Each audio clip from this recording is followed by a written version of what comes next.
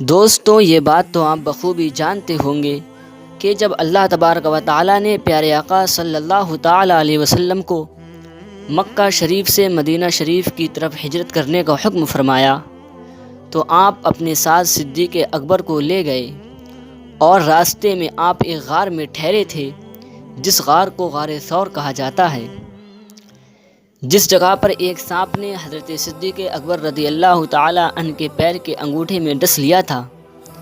لیکن دوستوں، جس سانپ نے صدیق اکبر رضی اللہ تعالیٰ عنہ کے پیر کے انگوٹھے میں ڈسا تھا، وہ سانپ کتنی مدت سے اس غار میں موجود تھا، اور وہ سانپ کیوں اس غار میں موجود تھا، تو آج کی ویڈیو میں ہم یہی جانیں گے کہ وہ سانپ کب سے اس غار میں پیارے آقا صلی اللہ علیہ وسلم کے دیدار کا منتظر تھا۔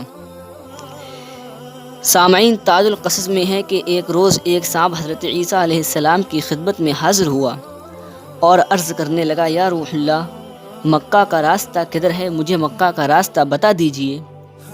تو حضرت عیسیٰ علیہ السلام نے پوچھا، تجھے راہ مکہ سے کیا مطلب ہے؟ تو اس سانپ نے کہا کہ 600 سال ہو گئے کہ میرے دل میں عشق محمدی جاگزی ہوا ہے، اور اب فراق دل سوختہ اور تن گداختہ ہو رہا ہوں۔ تو حضرت عیسیٰ علیہ السلام نے فرمایا کہ ابھی تو صبر کر، اس لیے کہ میرے اور پیارے آقا صلی اللہ علیہ وسلم کی تشریف آوری میں 600 سال کا فاصلہ ہے۔ تو سانپ نے کہا کہ میرے دل میں محبت محمدی پر ہے، تسکین فرمائیے اور براہ کرم مجھے مکہ کا راستہ ضرور بتلا دیجیے۔ میرے لیے یہی بہتر ہے کہ میں اپنے محبوب کے شہر میں انتظار میں بیٹھا رہوں۔ اگر قسمت نے ساتھ دیا تو جمال جہان مصطفی صلی اللہ علیہ وسلم سے اپنی آنکھوں کو مشرف کروں گا، یا تو پھر محبوب کی یاد میں جان دے دوں گا۔ تو حضرت عیسیٰ علیہ السلام نے اس کو راستہ دکھایا، اور وہ سانپ منزل طے کرتا ہوا غار ثور میں آ کر منتظر رہا۔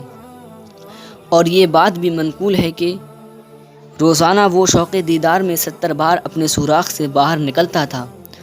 تو دوستوں، یہ سانپ حضرت عیسیٰ علیہ السلام کے زمانے میں تھا جس نے حضرت صدیق اکبر رضی اللہ تعالیٰ عنہ کے پیر میں ڈسا تھا۔ السلام علیکم۔